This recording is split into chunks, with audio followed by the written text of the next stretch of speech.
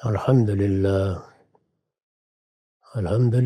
رب العالمین، والصلاة والسلام علی محمد الامین۔ اعوذ باللہ من الشیطان الرجیم، بسم اللہ الرحمن الرحیم۔ خواتین و حضرات، ہم سورہ مومنون کی آیت 78 سے درس کی ابتدا کر رہے ہیں۔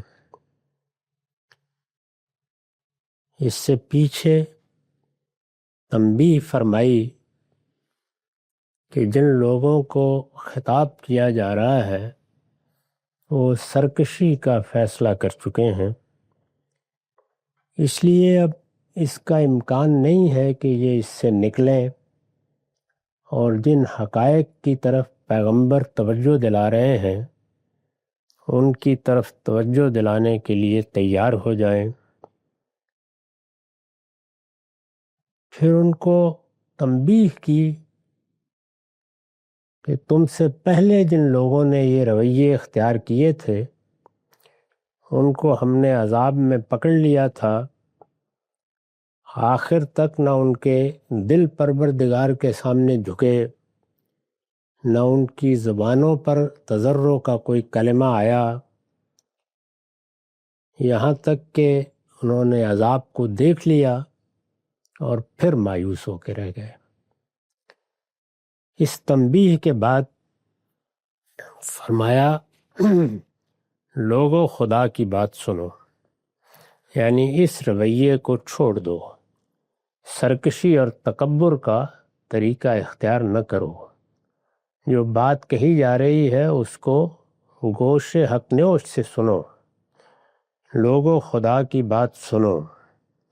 وَهُوَ الَّذِي أَنشَأَ لَكُمُ السَّمْعَ وَالْأَبْصَارَ وَالْأَفْئِدَةَ، وہی ہے جس نے تمہارے لیے کان اور آنکھیں اور دل بنائے، یعنی انسان کو جانوروں کی طرح صرف دیکھنے اور سننے کی صلاحیت ہی نہیں دی گئی، اس کو سمع و بصر کی صلاحیت دی گئی ہے، یعنی سننا اور سن کر سمجھنا، دیکھنا اور دیکھ کر سمجھنا۔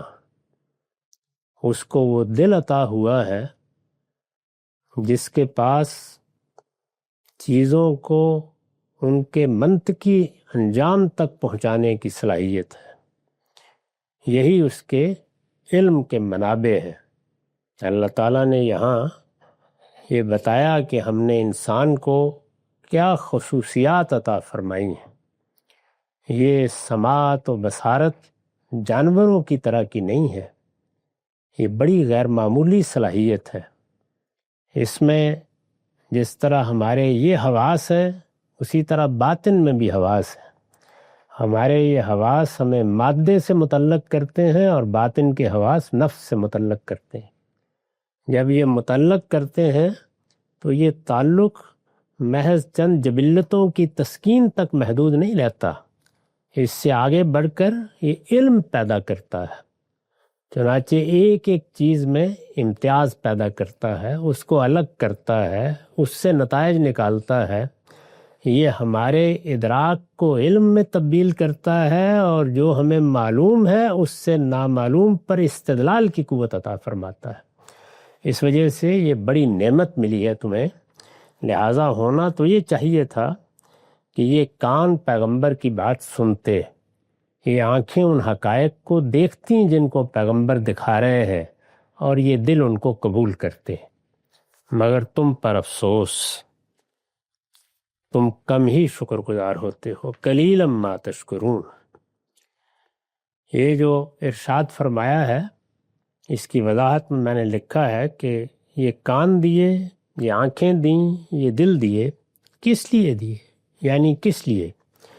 استاذ امام لکھتے ہیں اس لیے کہ اسی لیے تو کہ ان سے نصیحت و حکمت کی وہ باتیں جو تمہیں سنائی جا رہی ہیں سنو۔ یعنی یہ کان دنیا کی چیزوں کو سننے کے لیے تو دیے ہی تھے، لیکن یہ نعمت تمہیں اس لیے ملی تھی کہ جب تمہیں نصیحت کی جائے اور حکمت بتائی جائے اور اللہ تعالیٰ کی طرف سے تمہارے لیے ہدایت آئے، اور اللہ کے پیغمبر وہ تمہیں سنائیں اور بتائیں تو تم ان کو سنو۔ اللہ کی وہ نشانیاں جو آفاق و انفس میں پھیلی ہوئی ہیں اور جن کی طرف تمہیں توجہ دلائی جا رہی ہے ان کو دیکھو۔ یہ آنکھیں اس لیے دی گئی تھی، تمہارے باطن میں بھی اللہ کی نشانیاں ہیں، تمہارے ظاہر میں بھی اللہ کی نشانیاں ہیں۔ تمہیں یہ صلاحیت دی گئی تھی کہ تم چیزوں کو دیکھ کر نہیں رہ جاؤ، بلکہ ان نشانیوں تک پہنچو جو ان کے اندر چھپی ہوئی ہیں۔ تمہیں یہ صلاحیت دی گئی تھی کہ تمہارے سامنے جو چیز آئے تم اس کے مقصد کو متعین کرو، اس کے ظاہر کو دیکھو، اس کے باطن کو دیکھو، اس کی ابتدا کو متعین کرو، اس کی انتہا کو متعین کرو۔ تمہیں تو اتنے بڑے علم کی صلاحیت دی گئی تھی، تو اس سے تم نے کیا فائدہ اٹھایا؟ اللہ کی وہ نشانیاں جو آفاق و انفس میں پھیلی ہوئی ہیں اور جن کی طرف تمہیں توجہ دلا رہی ہے ان کو دیکھو، اور ان سے جو نتائج برآمد ہوتے ہیں، یعنی ایک دیکھنے کا عمل ہے جس سے ادراک پیدا ہوتا ہے، ادراک فہم میں بدلتا ہے، فہم کو ہم علم میں تبدیل کرتے ہیں، اور پھر جو کچھ ہمیں معلوم ہوتا ہے اس سے کچھ نتائج، کچھ لوازم پیدا کرتے ہیں۔ تو فرمایا اور ان سے جو نتائج برآمد ہوتے ہیں اور جو تمہارے سامنے نہایت واضح طور پر پیش کیے جا رہے ہیں، یعنی قرآن مجید یہ بھی کرتا ہے کہ انفس و آفاق کی نشانیوں کی طرف توجہ دلا کے نتائج تک پہنچنے کا معاملہ مخاطب پر چھوڑ دے، اور یہ بھی کرتا ہے کہ خود نتائج کو بیان کرتا ہے اور توجہ دلاتا ہے کہ ان چیزوں پر تم بھی اس زاویے سے غور کرو، تو ان پر غور کرو۔ کان، آنکھ اور دل و دماغ کا اصلی مصرف یہی ہے، یعنی اللہ تعالیٰ نے یہ جو صلاحیتیں دی ہیں ان کا ایک وہ ظہور ہے جو اس عارضی دنیا کی زندگی کے لحاظ سے ہوتا ہے، یعنی ہم انہی صلاحیتوں کو استعمال کر کے زندگی گزارتے ہیں، اپنی سیاست، معیشت، معاشرت کو ترتیب دیتے ہیں، اپنے لیے سہولتیں پیدا کرتے ہیں، اور اس کے نتائج انسانوں کی تہذیبی ترقی کی صورت میں نکلتے ہیں۔ یہ اس کا ایک پہلو ہے، اور یہ بڑا ادنا پہلو ہے۔ تم نے اپنے آپ کو اس ادنا سے اشتغال کی نظر کر دیا۔ اس کا ایک برتر پہلو بھی ہے، اور وہ برتر پہلو یہ تھا کہ تم اس میں اپنے پروردگار کو دیکھو، تم اس کی نشانیوں کو دیکھو، تم اس کی ذات کو پہچانو، تم اس کی صفات کا علم حاصل کرو، اس کے سنن کو سمجھنے کی کوشش کرو۔ ان کا اصلی مصرف یہ تھا۔ یہ آنکھیں اس لیے دی گئی تھیں، کان اس لیے دیے گئے تھے، یہ دل و دماغ اس لیے دیے گئے تھے۔ لیکن تم عجیب شامت زدہ لوگ ہو کہ حق کو حق ماننے کے لیے دلیل کے بجائے تنبیہ کے ڈنڈے کا مطالبہ کر رہے ہو۔ یعنی قرآن مجید اللہ تعالیٰ کی رحمت بن کر آیا ہے، اللہ کا پیغمبر بھی رحمت بن کے آیا ہے۔ وہ تو چاہتے ہیں کہ تمہیں دلیل سے بات سمجھائیں، تمہارے دل و دماغ کو مطمئن کریں، تمہارے ساتھ شائستہ مکالمہ ہو، تمہیں حکمت سے اللہ کی دعوت پہنچائی جائے، تمہیں اچھے اسلوب میں توجہ دلائی جائے، اور تم عذاب کا مطالبہ کر رہے ہو۔ تو یہ تو وہی بات ہوئی کہ ایک معلم بڑی شفقت کے ساتھ سمجھانا چاہتا ہے، بتانا چاہتا ہے، علم دینا چاہتا ہے، اور کوئی متعلم اس کے بغیر بات سننے ہی کے لیے تیار نہ ہو کہ وہ عصا ہاتھ میں پکڑ لے۔ تو اللہ تعالیٰ نے عذاب اور جزا و سزا کا بے شک ذکر کیا ہے، لیکن کیا اللہ تعالیٰ عذاب دینے کے لیے اس دنیا کو بنا کر بیٹھے ہیں؟ کیا وہ تمہاری پیٹھ پر تازیانہ برسانے کے لیے منتظر ہیں؟ وہ تو اپنی رحمت کے ساتھ منتظر ہیں، اپنی ہدایت کے ساتھ منتظر ہیں۔ وہ نعمتیں تمہیں دینا چاہتے ہیں، ابدی زندگی دینا چاہتے ہیں۔ تو کیسے شامت زدہ ہو گئے ہو کہ حق کو حق ماننے کے لیے دلیل کے بجائے تنبیہ کے ڈنڈے کا مطالبہ کر رہے ہو؟ آخر یہ کیا حماقت ہے؟ مگر تم پر افسوس، تم کم ہی شکر گزار ہوتے ہو۔ یہ جو انسان کو صلاحیتیں دی تھیں ان کا پہلے ذکر کیا۔ وَهُوَ الَّذِي ذَرَاكُمْ فِي الْأَرْضِ، اور وہی ہے جس نے تمہیں زمین میں پھیلا رکھا ہے۔ قرآن مجید نے یہاں جو لفظ استعمال کیا ہے اسی کی رعایت سے بعض دوسرے اسالیب بھی اختیار کیے ہیں۔ مثلا انسان کے پیدا ہونے کو بیان کیا ہے کہ انبتکم من الارض نباتا، جس طرح سے زمین سے نباتات اگتے ہیں تم بھی اسی طرح زمین کے پیٹ میں پیدا ہو کر پرورش پا کے جیسے نباتات باہر آ جاتے ہیں ایسے ہی باہر آئے ہو۔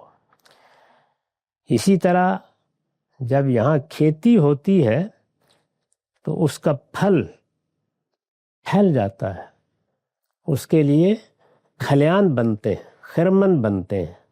انسان کے ساتھ بھی یہی ہوا ہے، وہ پھل نکلتا آتا ہے اور پھر انسان پھیلتے چلے جاتے ہیں۔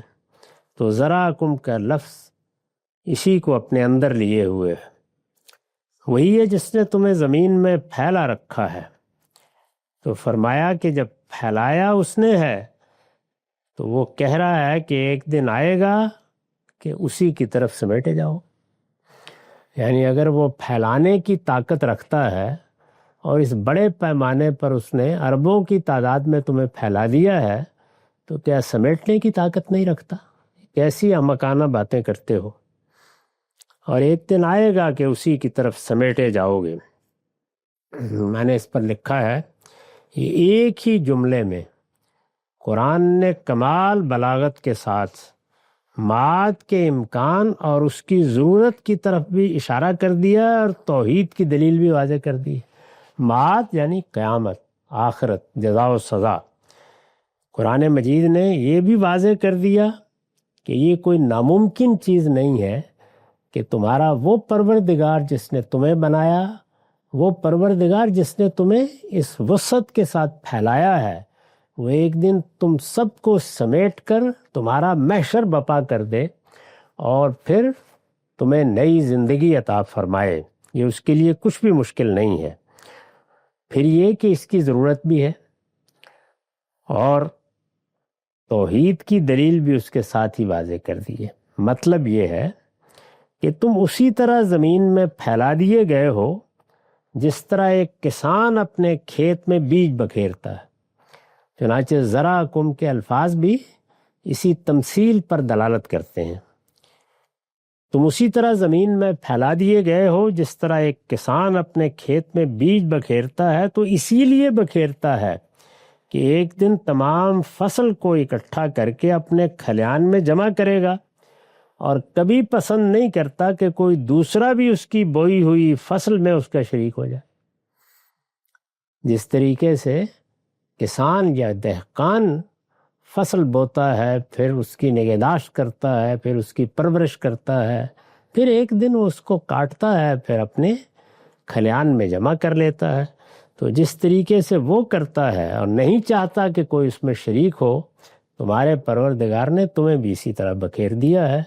جیسے وہ اپنی فصل سمیٹتا ہے تم بھی ایک دن اسی طرح سمیٹے جاؤ گے۔ اور یاد رکھو یہ جو کچھ دنیا میں تم دیکھ رہے ہو وہ اسی کے دستے قدرت کا نتیجہ ہے۔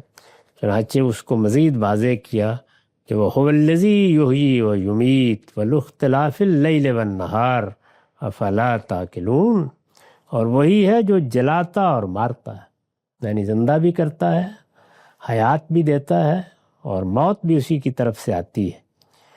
وَلَهُ اخْتِلَافِ اللَّيْلِ وَالنَّهَارِ، اور رات اور دن کی گردش سب اسی کے اختیار میں ہے۔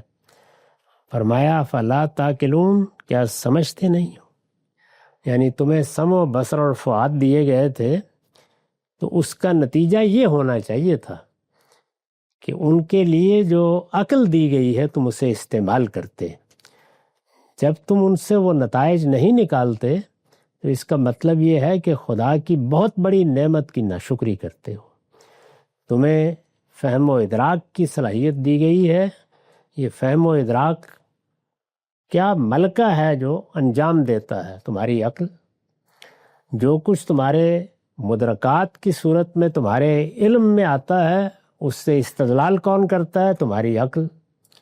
جو چیزیں تم دیکھتے ہو ان سے نتائج کون نکالتا ہے؟ تمہاری عقل۔ تو آخر کیا وجہ ہے کہ عقل جیسی نعمت سے تم بہرہ یاب ہو اور اس کا فائدہ نہیں اٹھاتے؟ یہ آنکھیں، یہ کان اور یہ دل و دماغ یہ اتنی بڑی نعمت تھے کہ ان سے تمہارے لیے دنیا میں بھی سہولتیں پیدا ہوئی ہیں۔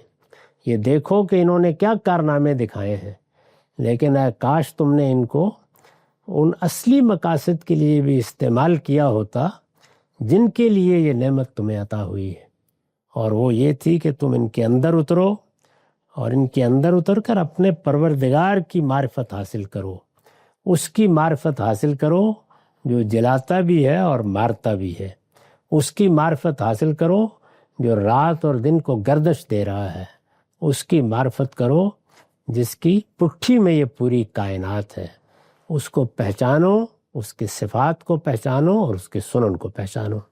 یہ سب تمہیں اس لیے دیا گیا تھا۔ افلا تعقلون، پھر کیا سمجھتے نہیں ہو؟ حاشیہ ہے یعنی اس بات کو سمجھتے نہیں ہو کہ جب یہ سارا نظام اسی کے قبضہ قدرت میں ہے اور ہر قسم کے اختلافات کے باوجود نہایت سازگاری کے ساتھ کام کر رہا ہے تو اس کے شریک کہاں سے پیدا ہو گئے؟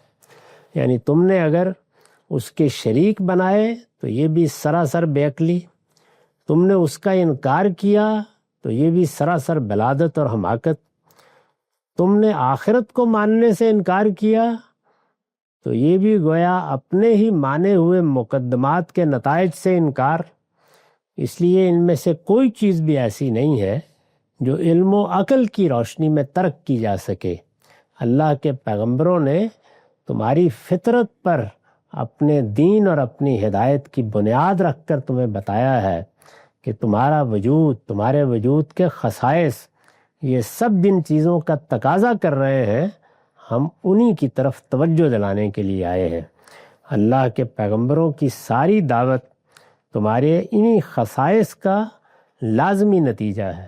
تم اگر اپنے آپ کو پہچان لو تو پھر تم اللہ کو بھی پہچان لیتے ہو، اور اگر تمہاری آنکھیں کھلی ہوں اور تمہارے کان سننے کے لیے تیار ہوں تو ایک ایک چیز یہ بتا رہی ہے کہ اس کائنات کا پروردگار کون ہے، اس کی صفات کیا ہیں اور وہ تمہارے ساتھ کیا معاملہ کرے گا، ہر ورقے دفتری معرفت کردگار۔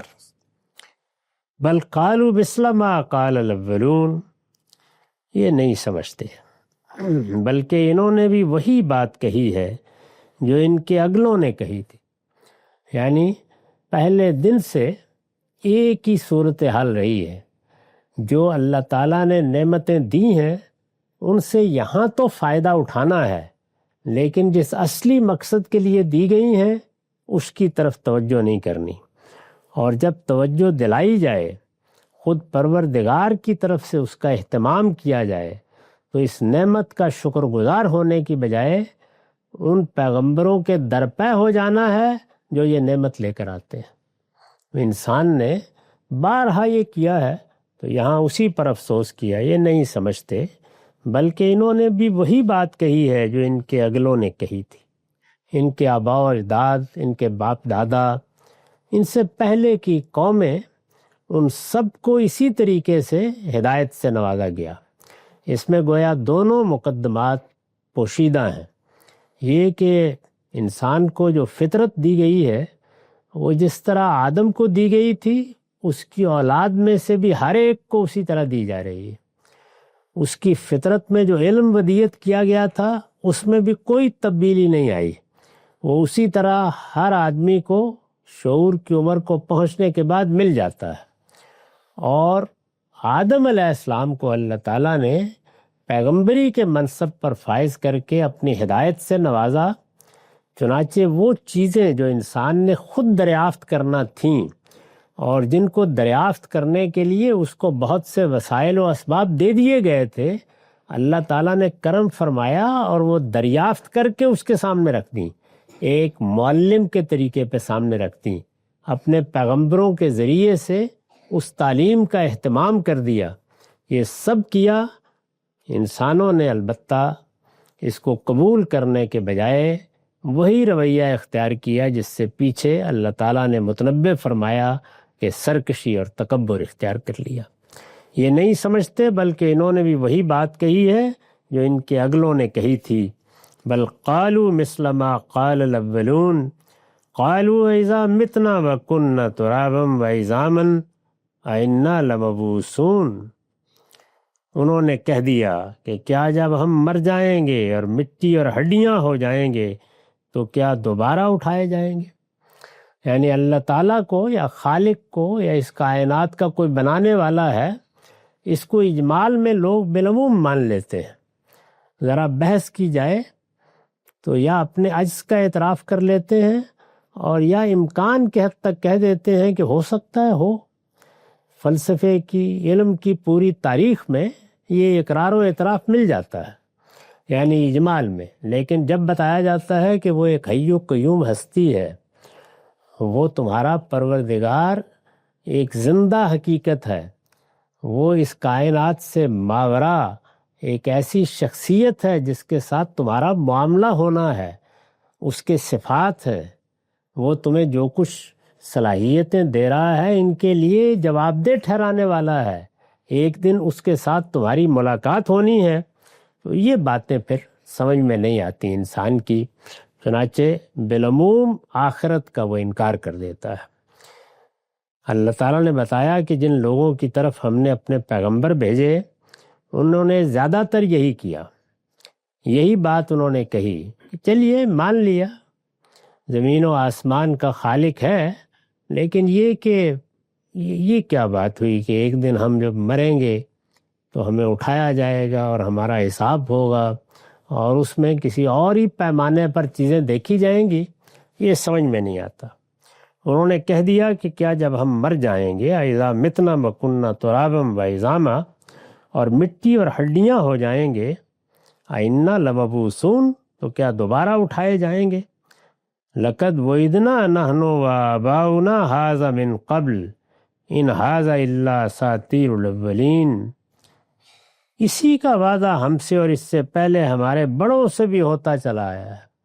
یعنی یہ جو آخرت کی منادی ہے، یہ قیامت کا ذکر ہے، سنتے آئے ہیں ہم، ہمارے بزرگوں کو بھی یہی بتایا گیا تھا۔ بعض لوگوں نے اسی طرح ان کے زمانے میں بھی آ کر اسی ملاقات کے لیے لوگوں کو متنبع کیا تھا، لیکن کیا ہوا؟ دنیا چل رہی ہے، صدیوں سے چل رہی ہے، کتنی نسلیں گزر گئیں، کہاں رہ گئی وہ قیامت؟ کہاں لنگر انداز ہو گئے اس کے جہاز؟ یہ کچھ نہیں ہے۔ یہ کیا ہے؟ ان ھذا الا اساطیر الاولین، کچھ نہیں، یہ محض اگلوں کے افسانے ہیں۔ تو اس طریقے سے جو پیغمبروں کی دعوت ہے یا پیغمبروں کی منادی ہے اس کو رد کر دیتے ہیں۔ قرآن مجید کو پڑھنے سے یہ بات بالکل واضح ہوتی ہے کہ پیغمبر اصلاً اسی منادی کے لیے مبعوث کیے جاتے ہیں، یعنی لوگوں کو متنبع کر دیا جائے کہ تم جس دنیا کی زندگی میں شعور کی آنکھ کھولتے ہو یہ عارضی دنیا ہے، اس کو ایک دن ختم ہو جانا ہے، تمہاری موت پر تمہارا خاتمہ نہیں ہوگا، تمہیں اٹھا کھڑا کیا جائے گا، اور جب تم اٹھو گے تو وہ ایک نئی دنیا ہوگی، ہم اس نئی دنیا میں تمہیں اکٹھا کریں گے، تمہارے اعمال کا حساب لیں گے، دیکھیں گے کہ تم میں سے کون کس انجام کا مستحق ہے، تم میں سے کون ہے جس کے لیے جنت کے دروازے کھلنے چاہیے اور کون ہے جس کے لیے جہنم کے دروازے کھلنے چاہیے۔ تو یہ فرمایا کہ پیغمبروں کی دعوت یہی ہے۔ نبی کو اسی لیے نبی کہا جاتا ہے کہ وہ اس کی منادی کرتا ہے، وہ انسانوں کو اس کی طرف توجہ دلاتا ہے۔ پیغمبر اصلاً اسی مقصد کے لیے آئے، ان کے ہاں کوئی دوسری چیز بھی اصلی مقصد کی حیثیت نہیں رکھتی۔ وہ لوگوں کو آخرت کے بارے میں متنبع کرنے، توجہ دلانے، بیدار کرنے، وہ اگر غفلت میں پڑے ہوئے ہیں تو اس غفلت سے ان کو نکالنے کے لیے شب و روز محنت کرتے ہیں، یہاں تک کہ خود پروردگار نے رسالت مآب کو توجہ دلائی کہ لعلک کا باخع نفسک الا یکونوا مومنین، یعنی آپ اپنی جان گھلا دیں گے کہ یہ لوگ ایمان لانے کے لیے تیار نہیں ہو رہے ہیں۔ تو اللہ کے پیغمبر اسی طرح سے اپنی قوموں کو آ کر بتاتے رہے ہیں، جگاتے رہے ہیں، بیدار کرتے رہے ہیں۔ جواب کیا ملا ہے؟ جواب وہ ہے جو یہاں بیان کیا۔ یہ نہیں سمجھتے، بلکہ انہوں نے وہی بات کہی ہے جو ان کے اگلوں نے کہی تھی۔ بل قالوا مثل ما قال الاولون، یعنی وہی داستان، وہی بات، وہی استدلال، وہی گریز و فرار، ان میں کوئی تبدیلی نہیں آئی، کوئی تغیر نہیں آیا۔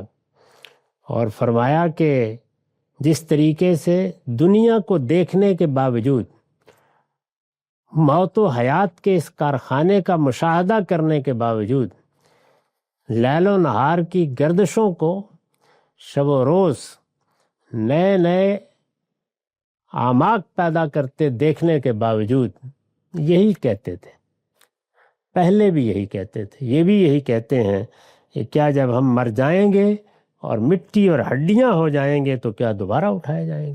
آئنہ لمبعوثون، یہی استبعاد ہے جو سب نے پیش کیا۔